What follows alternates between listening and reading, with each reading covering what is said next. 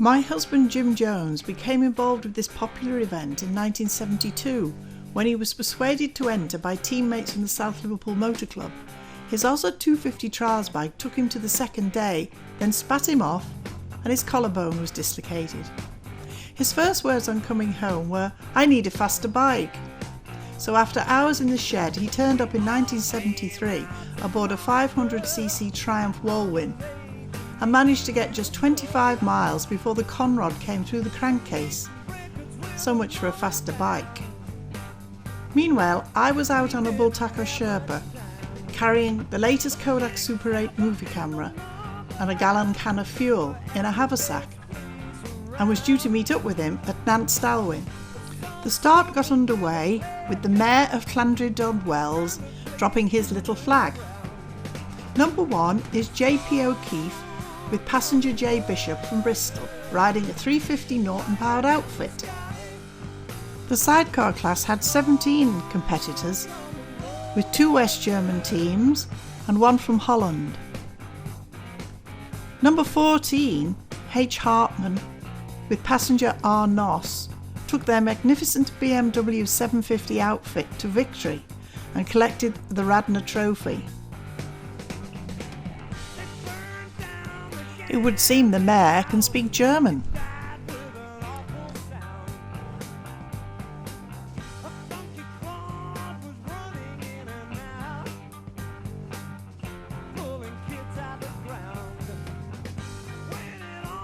Now for the solo riders, led by West German Bootsner on a 50cc Rond Sax.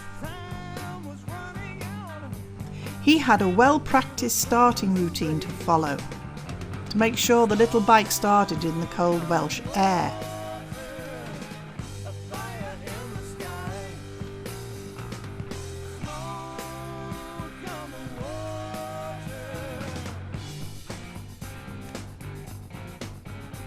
In an era when most riders wore black, here is Mick Wilkinson from Skipton, wearing a snazzy yellow outfit, riding a 125cc Dalesman.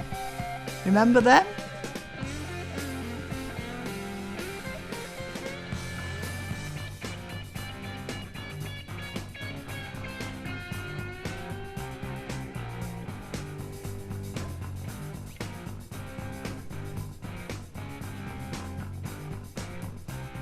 Jim Sandiford is a mobile advert for his business, and this lovely Bantam belonged to local man John Davis. The report in the programme, written by Peter Howdle of Motorcycle News, and I quote, "In a record entry of 180, 5 of the 11 riders destined to represent Britain in the USA are competing on 500cc Triumph twins prepared in America. The Triumph aces are Mick Andrews, European Trials Champion, Malcolm Rathmell, British Champion, Alan Lamkin, John Pease and Arthur Browning, who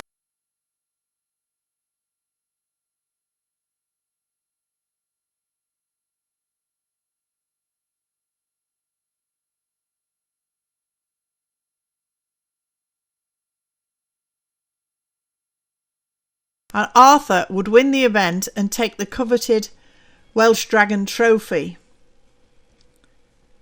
Martin Lampkin, Jim Sandiford, Jeff Chandler, Ernie Page, Mick Bowers and Dave Smith complete the ISDT lineup on 125cc Rickman Zundaps. 95 is South Liverpool Club member Charlie Bourne on a Montesa, which just refused to start. Every competitor's nightmare when they come to the line on the first day of the Welsh. In the end, he just had to push.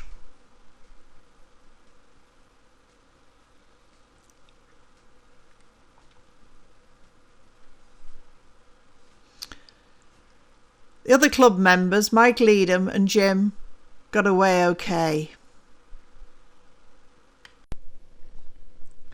There were also many other famous names in the event. Eric Damadian was ACU steward and the clerk of the course was local man Roger Muffling. The 2010 Welsh clerk of the course is Elwyn Price, and he was on board a 125 Suzuki and would win the Committee Cup. Vic Madeley was on a 243 MZ. I wonder if it's still in his shed. Di Jeremiah, local Welsh motocross ace, was on a 400 Jawa. Bob Perrin was on a 500 Triumph. Charlie Harris on a Montesa Trident, and retail magnate Pete Edmondson on a 123 Wassel. The route took in many of the rough unsurfaced lanes of this beautiful part of mid-Wales, and day one would take riders 170 miles. The time allowed between checks varied according to capacity size rather than ability, with the sidecar schedule, an up to 175cc slower schedule, and an over 175cc the faster schedule. After the first check at Brongarth, the course headed out to Abergestwyn, Bulchiroo, Llandwy Brefi, Nant and the lunch stop was at Pontrefendigide. With such unpronounceable place names, only a Welshman could get lost and be able to ask for directions.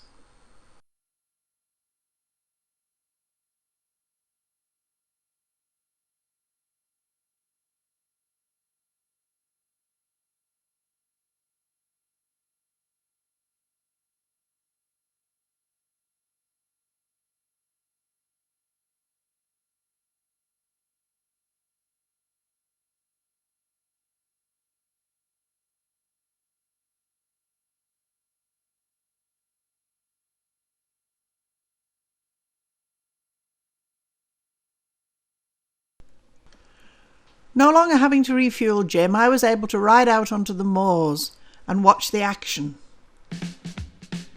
This is the moor coming down from Llangwrig, a track we don't use anymore. And the Metropolitan Police riders called out to me as they went past, "Good morning!" This lovely track pops onto the road through to Pont Rhydigros. Then it was across the infamous Clairwyn Dam track through to Ellen Valley, Newbridge and the finish. I got a stamp on my skin. Track chewing the dead on his feet. Black man with a white boy beat. They got him on milk and alcohol. They got him on milk and alcohol. Stay put, I wanna go. Hard work, bad show. More liquor don't help.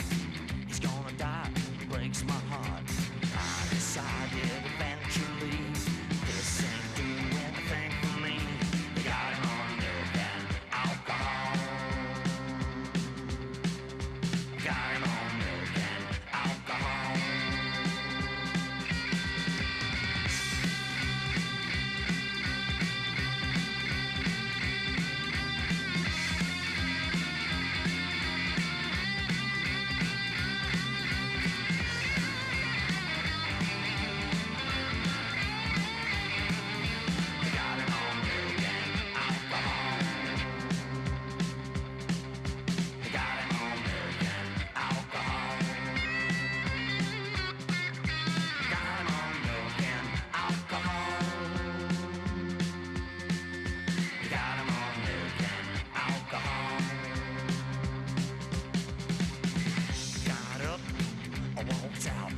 To the car, started up, feel bad, sad night, never saw a red light, signs were screaming all around. Day 2 began at 8 a.m. and would take the riders on a completely different course, over 186 miles, with a special test in the woods just after the start. Here some riders took it slow and steady, others needed some help from the spectators, and one rider went to study the local vegetation. Number 84 Martindale from Warrington lost a lot of time here. Mike Leedham from South Liverpool Motor Club, and Jim's mate, stopped just where his wife was waiting to point out the correct line. He was none too happy with the advice.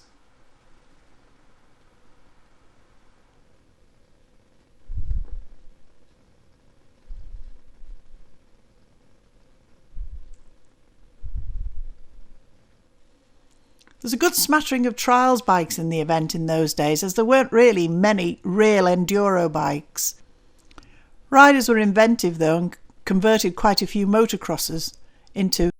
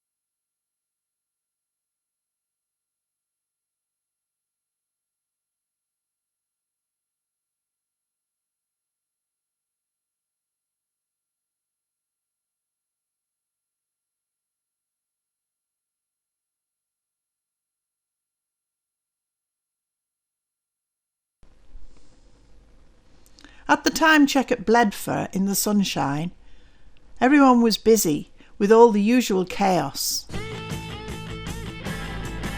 Here Jim is helping his mate Mike lead him to get fuel. And is that a curly-haired Gordon Lucas?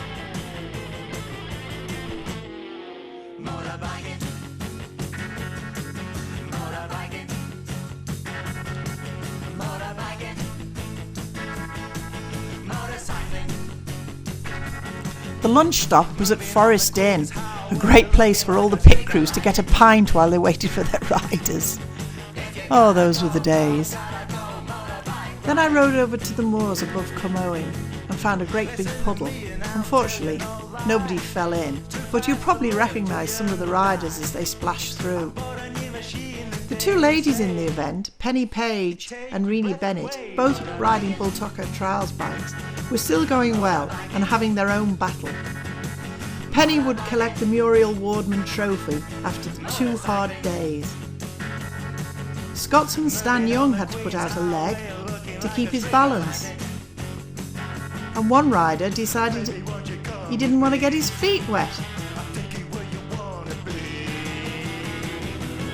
Another guy, I think, obviously knew me and called out some remark, probably unrepeatable. The sidecar boys, of course, had no problems with the water and splashed their way through.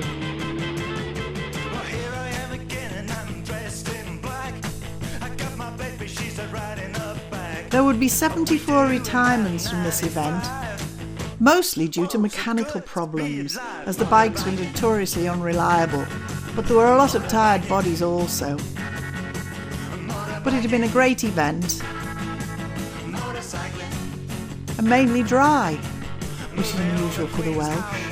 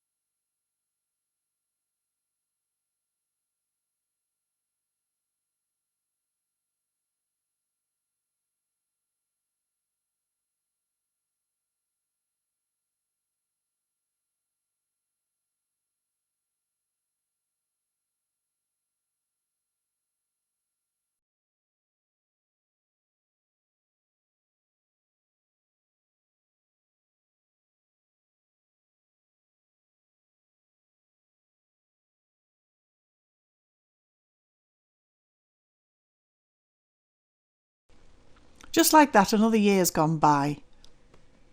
And Jim returned along with 190 other riders who had all said never again at the end of the last year's event. The Parc Fermé had a different mix of machinery, more foreign bikes, but still many triumphs. Jim was riding a Bultaco Trials bike, but fitted with a larger petrol tank off an Alpina model. Once again, the route would be different on both days, and on day one, the checkout at Abergeskwyn was quite relaxed, and Jim made some adjustments here. This couple with the lovely Morgan always had sweets for every rider. Jim was riding with Mick Bowers, he was 133, on a Jawa 250cc. Not a lot has changed at time checks and enduros. Dedicated group of people handling the riders' time check cards.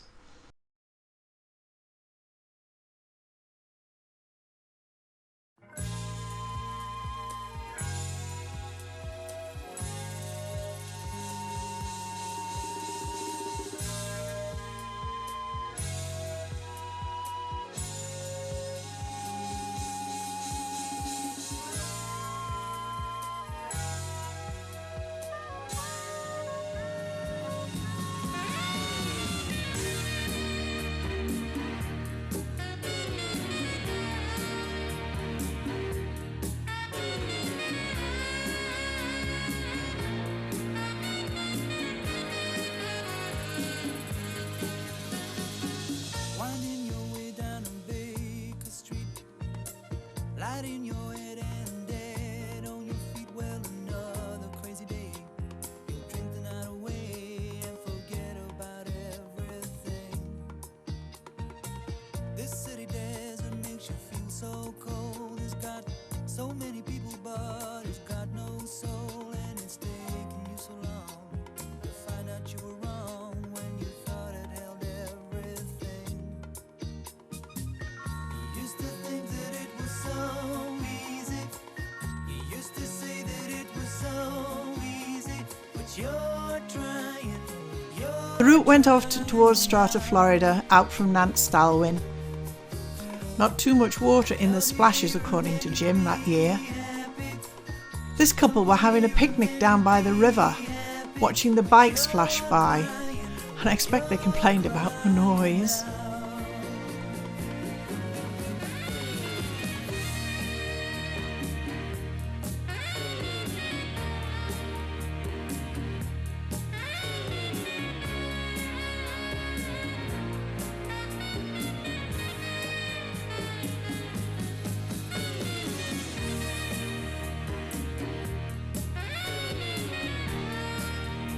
I moved on then, and I think this is somewhere above Middle Hall. I don't know what that rider's doing in the trees.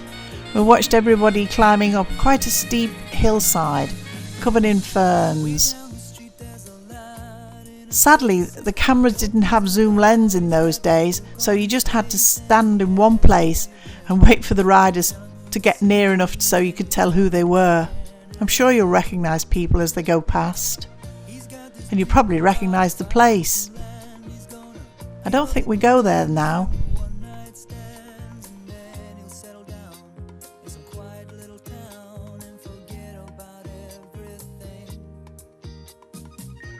You know he'll always keep